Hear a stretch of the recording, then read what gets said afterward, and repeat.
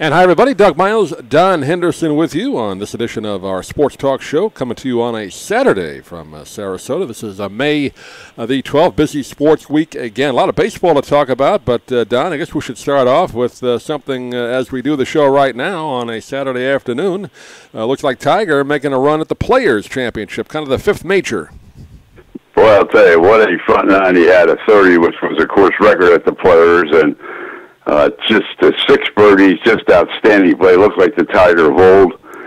On the back nine, he had 1 bogey on 14, but he shot a 65 overall. He's 8 under going into tomorrow's final round. And, you know, if Webb Simpson or some of the guys up at the top falter a little bit, it should be a wonderful, wonderful final round tomorrow with a lot of players right in the thick of it. Yeah, about 7-8 shots off the pace right now, but conditions, I guess, pretty good, right? It's up in the Ponte Vedra area, so it can be a little muggy this time of year, but he played well today, huh? Yeah, surprisingly, and I think he's a little bit lucky that he got off early, because I think the greens are going to dry out and really become very, very hard this afternoon, because as opposed to what we have in Sarasota, which is sort of overcast and a little bit of a breeze, it's a little more heat, sun's out there, and a little muggy. So the rest of the players throughout the day, and the leaders don't go off till about 2 o'clock, about maybe an hour from now.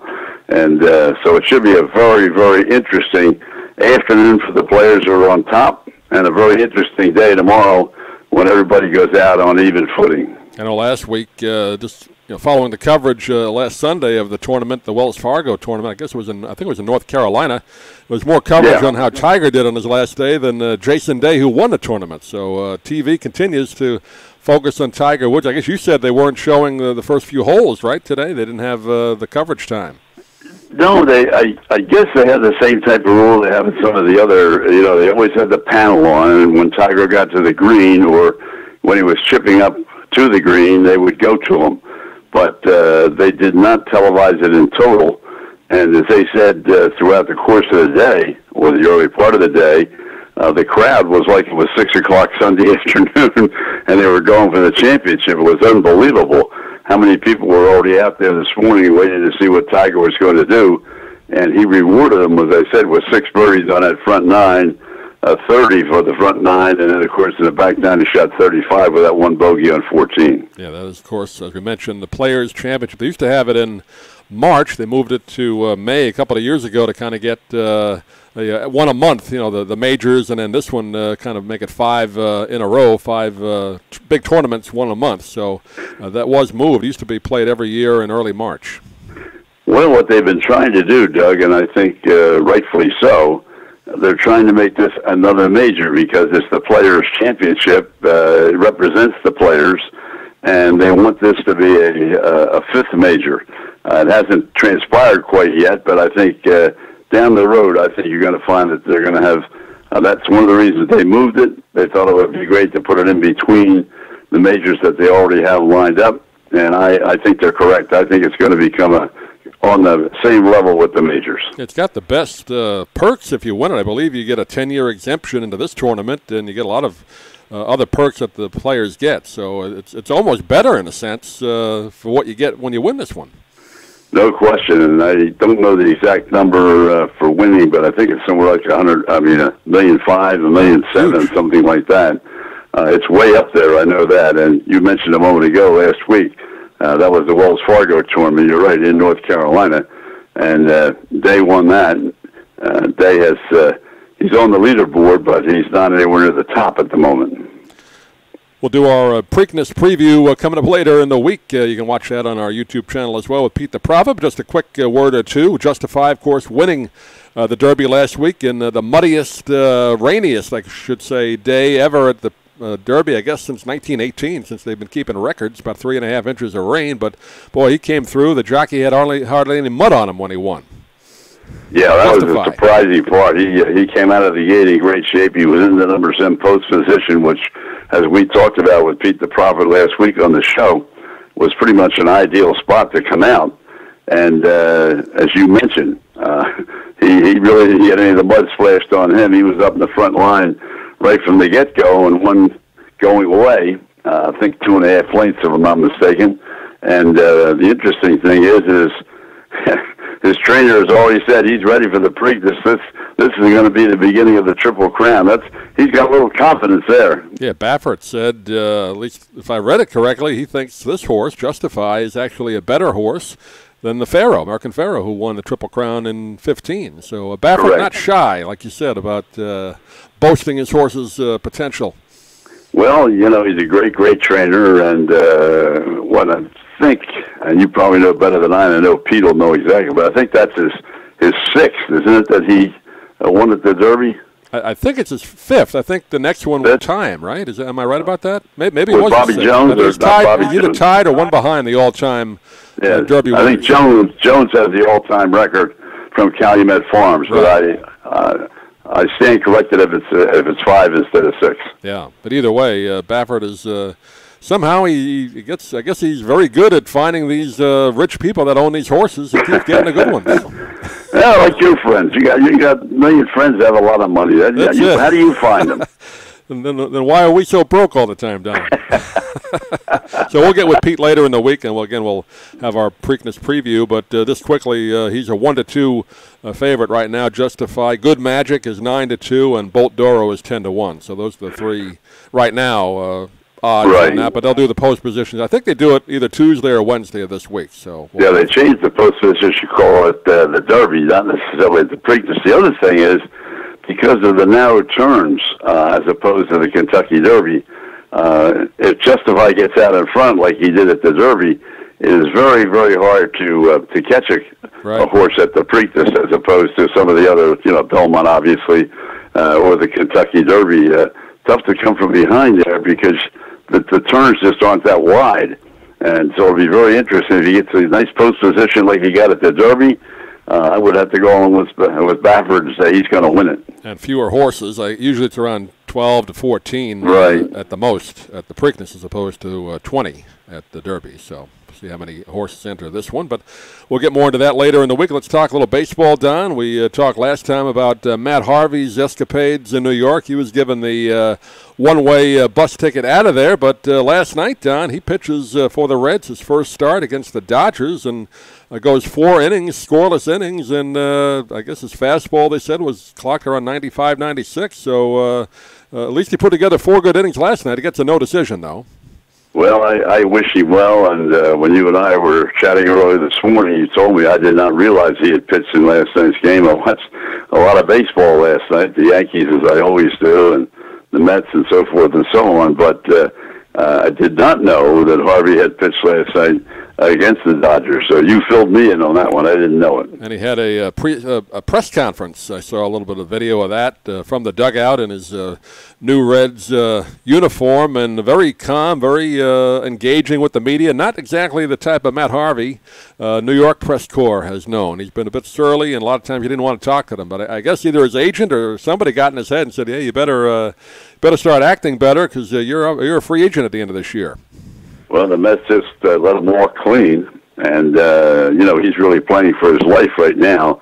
As you said, 4 innings. I didn't see it, but 4 innings, and he's got to really turn things around because at the end of the season, if he wants to get any type of contract or assurance, he better prove something over the last 3 quarters of this year. Yep.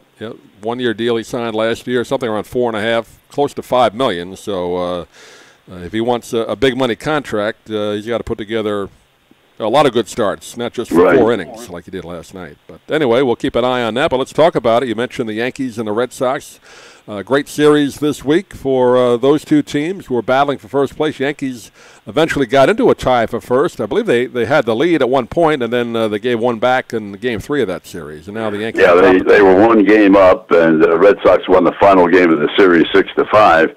So they were back in a flat-footed tie again. And then both teams lost last night. The Yankees lost early on, and the Red Sox lost in 12. I watched that game too. That was on MLB, and they lost in 12 innings and 4-3. And so now they're still going into the weekend, still in a flat-footed tie for first place. Yeah, both of those teams were playing over 700 balls, so to expect that to continue is unrealistic. You know, you hope to play 600 ball. That's an outstanding mark. But they were around 715, 720 percentage winning. So that has to drop back a little bit. Yeah, no, they're certainly hitting the home runs. The Yankees have big guns. Stafford hit a couple of big ones the other night. Sanchez has hit a bunch of big ones during this winning streak, and they won, 16 out of 17 at one point. Right. So they had to slump off a little bit. They lost that final game of the series with the Red Sox, and then they lose again last night. So, but I think it's going to go right down to the wire. I think they're the two best teams by far in the American League East. I can't see anybody challenging them, and as we talked last week on the show, just got to feel a little sorry for Buck Showalter because the Orioles are really struggling, although now they've put together a little bit of a streak. I think they've now won 3 in a row, counting last night. Yeah, so some of the sports shows and TV and stuff, they were talking about it. Is he on the hot seat, and or does he even want to bother continuing? Because apparently it's a bit of a power struggle from at least a couple of things I saw between the GM and manager and all that with the players that just not doing it. Is Machado going to move before the trade deadline? So a lot of questions in Baltimore. Yeah, Machado helped himself. I think he was going into last night probably 3rd or 4th in being the leading batter in the American League, but he also hit 2 home runs in the win last night. So he's not only hitting for a high average, he's not only fielding beautifully at shortstop, but he's also hitting home runs. He's doing it all. So as he looks forward to his play-out year, it'll be very interesting to see whether they trade him, as we talked about in weeks past, before the deadline, or whether they wait to the deadline, or how they go about, making a move with Machado. Because I agree with your comment. I just don't think they have the money to sign him. I know you talked to the Orioles assistant GM, Lee Johnson, during spring training again. Of course, everybody's optimistic at that point, but I don't even think he or any of those guys, Duquette, expected to have such a terrible start. Yeah, when you and I sat down with Lee Thomas, we talked about that in his office, and obviously he had to be non-committal other than to talk about the value of the player and what he meant to the Orioles, what he meant to the city of Baltimore. But obviously he's not in a position to talk about, how much money they're going to be willing to put out on the table. And I just think they're going to have a tough time. The competition is going to be really, really strong because he plays 2 positions. He's an all-star shortstop. He's an all-star third baseman. He's a home run hitter. He's a great defensive player. I just think they're going to, we talked about Harper. We've talked about a lot of the players that are going to come up. But I think he's going to be right there with them at the top of the list. Lee Thomas, I should say. I think I called him Lee Johnson. But, we had a chance to chat with him. But across town, up in New York, let's got to touch on this, Don. A mistake you never see in the major leagues. At least I've never heard of it before. I guess it's happened. But Mets batting out of order. They got killed up in the New York press on that one, even all over the country on all the shows. Yeah. Well, we've seen some funny things between spring training and now the opening part of the season. Kepler's had a very tough time with the Phillies. He went out to change pitchers and didn't have a pitcher warming up. And that happened a couple of times in spring training for a couple of teams. So some of the young managers are struggling a little bit. But as you say, now you got batters batting out of order. So they take a lot of heat when they do something like that.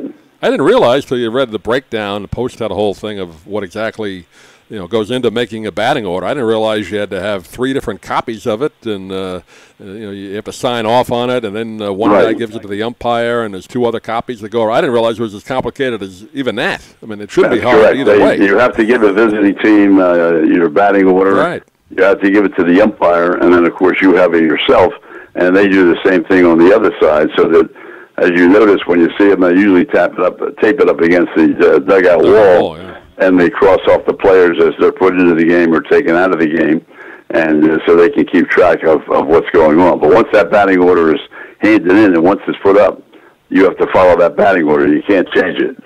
Yeah, I guess I knew the rule was somehow somebody was called out, but the batter who batted out of order is called out. He had a double, right? And then he was called out at second base. Yeah.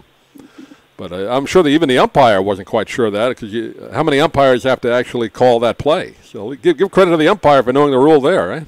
Well, I think primarily it's the responsibility of the home plate umpire, but it's also very obvious to the visiting manager. So as soon as something like that happens, he's going to run right out and say, "Hey, wait a minute, we've got a misrepresentation of the starting lineup here," and then the umpire has to take action from there. Yeah.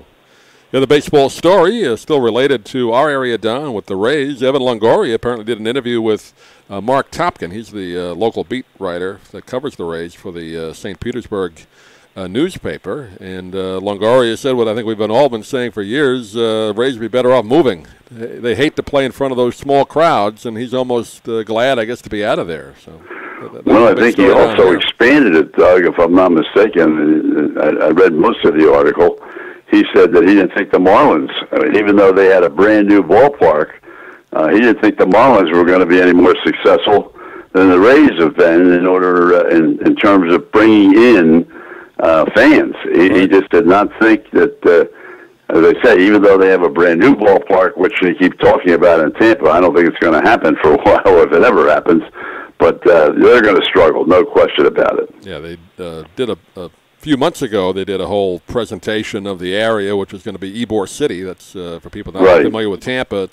It's not too far from when the Lightning have their arena, although they're not in Ybor City, but it's a few blocks away. That's where they want to build it. But stories like this and the attitude that people have, at least the fans, why build another stadium, particularly if you're going to ask for tax money? There's no way that's going to go through.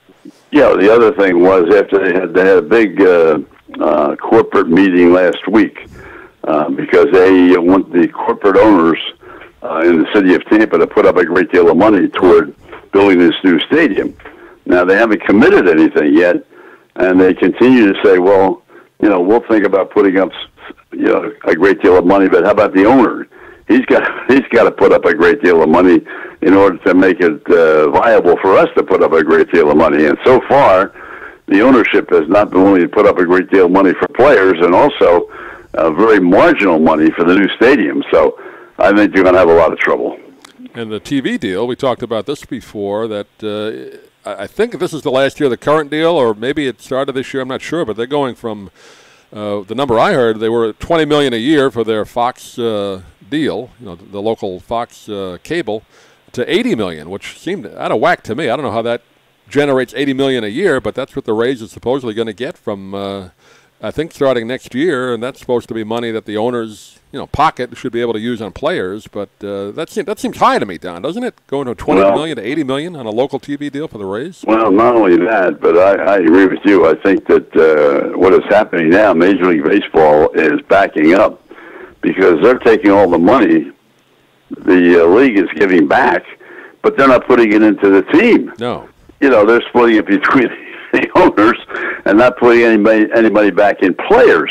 And so I don't know. Even Dick Vitale, we talked about, who never criticizes anybody, has been all over the Rays for not spending any of that money to bring in better players. So we'll have to wait and see what happens, not only from a player standpoint, an owner standpoint, a moving the team standpoint, or having the money to build a new stadium. And I think all four are in big question. Yeah, nothing against the Rays TV announcers. They do a good job, but I can't imagine the ratings are that high to generate that much advertising revenue to go to $80 million that the team keeps. So you know better than I, because you've lived down here much longer than I do, and I'm only here for 6 months at a time.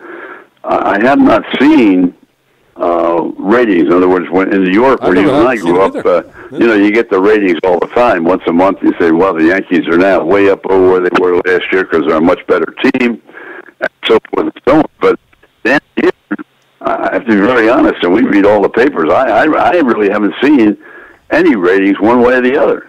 Yeah, the justification was a few years ago when the Rays were, better, and actually the year they, of course, went to the World Series. Right. There was, the ratings are very good, even though the attendance may not be great, but people are watching at home. But, they've been awful the last few years. I can't imagine the ratings are that high, but I don't know. Maybe, you do pay for your cable, so I guess that whatever that monthly subscription, they get a piece of that. So. Well, not only that, but the other thing about the Rays is that, and it's the first time I've actually seen it in print.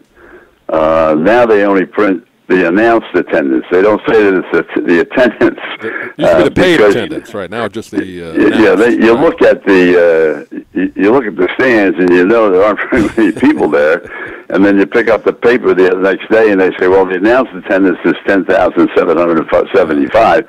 Well, you know, I don't know where they were sitting, but they certainly aren't in the ballpark. That's usually some intern. They probably say, all right, how many people do you think are here? And then let's double it.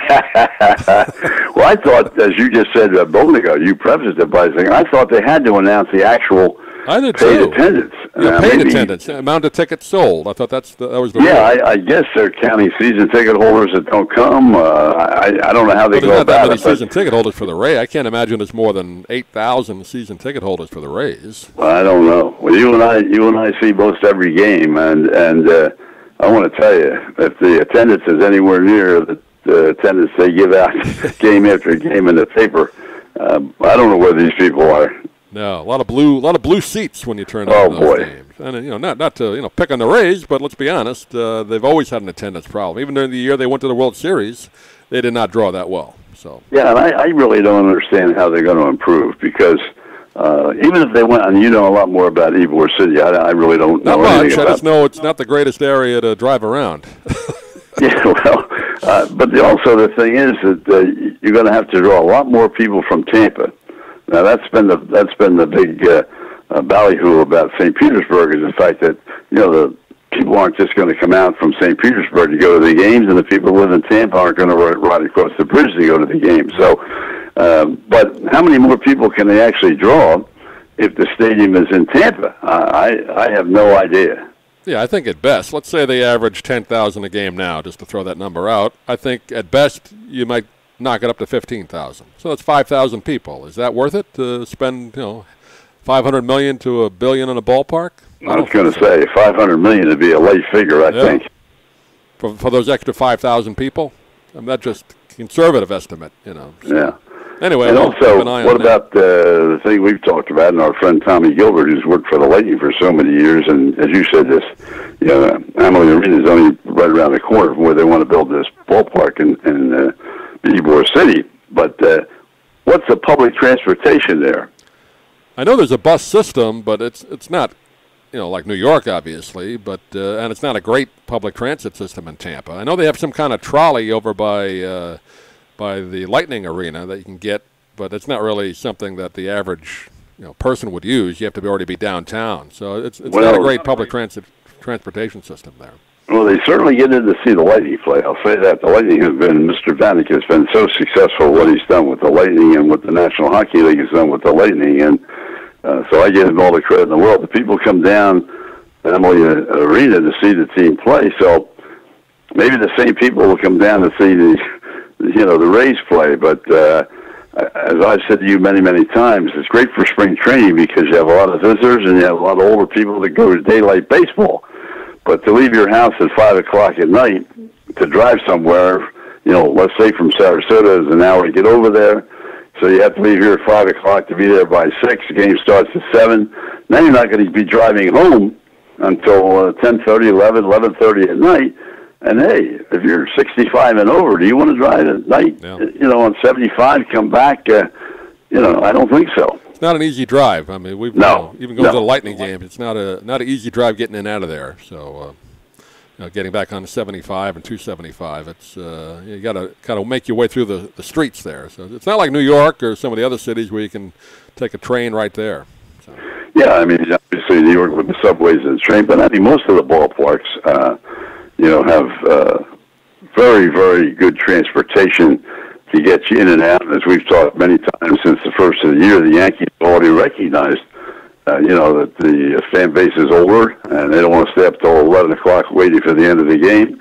So they start at 6:30, hoping that 6:30, if it's a 2.5-hour game, at least they're on their way home. And you got a chance. You go into work and so forth. But to go to St. Petersburg and then have to drive, not that anybody has to go to work down here for the most part, but, how far do you want to drive? Well, we'll wrap it up with a little hockey talk, Don. Of course, the fans down here of the Lightning, you mentioned the Lightning, an awful game last night. If you're a Tampa Bay Lightning fan. The Caps come in, get off to a 4-0 lead, and win it 4-2. First game of the conference semifinals. You saw all that game. I didn't get the chance to see much of it, really none of it at all. So just followed it on the phone a bit. But a brutal night for the Lightning. Well, I think one of the greatest quotes of sports history was made last night by Coop. He came on the post-game show when he was being interviewed on the Hockey League channel, and also on I think it was NBC Sports, and he said our team came out and played like it was Game 38 of the regular season. And Washington came out and played like it was the first game of the playoffs. He said it was a dismal display. I mean, he was really very, very outspoken about what they didn't do, that they weren't ready to play. And he said the responsibility of the coaches now in the next day and a half, which means today and tomorrow, is to get this team ready to play Game 2 as they did against the Bruins. They lost the first game, as you remember, against the Bruins, and then came back and played great after that. Well, they're going to have to play great, because I'll tell you, everybody on all the post-game shows last night, all the hockey people, they just buried them. I mean, they said, what are these guys? Didn't they want to play? It was terrible. Yeah, they lose the home ice advantage now, so they're going to have to get a game in Washington. But, yeah, I would have figured, Don, after a 7-game series, the Caps went through with actually 6-game series with the Penguins. They would be the team that had more of a letdown. Of course, Lightning did have a long layoff, and that sometimes is a factor. But no excuse for the way the Lightning played last night, though, to be that loud. No, you're right. They just didn't come out to play, and most of the folks, the professionals that do the shows, were very, very honest about that. They thought there was going to be a letdown for Washington as well, because of the effort and energy that went into beating the Penguins, but that did not show last night. Ovechkin had another great night, scored a goal, set up a goal, and his playoff series so far, all the way through, has been not the Ovechkin that we know. Yeah. The other series, of course, to start still. Vegas, who knocked out San Jose. They've been waiting a while. The Jets taking care of Nashville in Game 7 on the road. That surprised me too, Don. Nashville really looked like they weren't ready to play at home in a Game 7. But Winnipeg, the little small city in, I guess, Midwestern Canada somewhere. At least Canada has a chance now to root for one of their, home country teams. But that'll be an interesting series out west. Well, they spent a lot of time last night on some of the post-game shows talking about Fury and what he's done in Vegas. The fact that he was a backup goalie all last year, but a superior goalie with great athletic skills. And even though he is aging, I think they said he was 32. I'm not positive about that, but I think they said 32.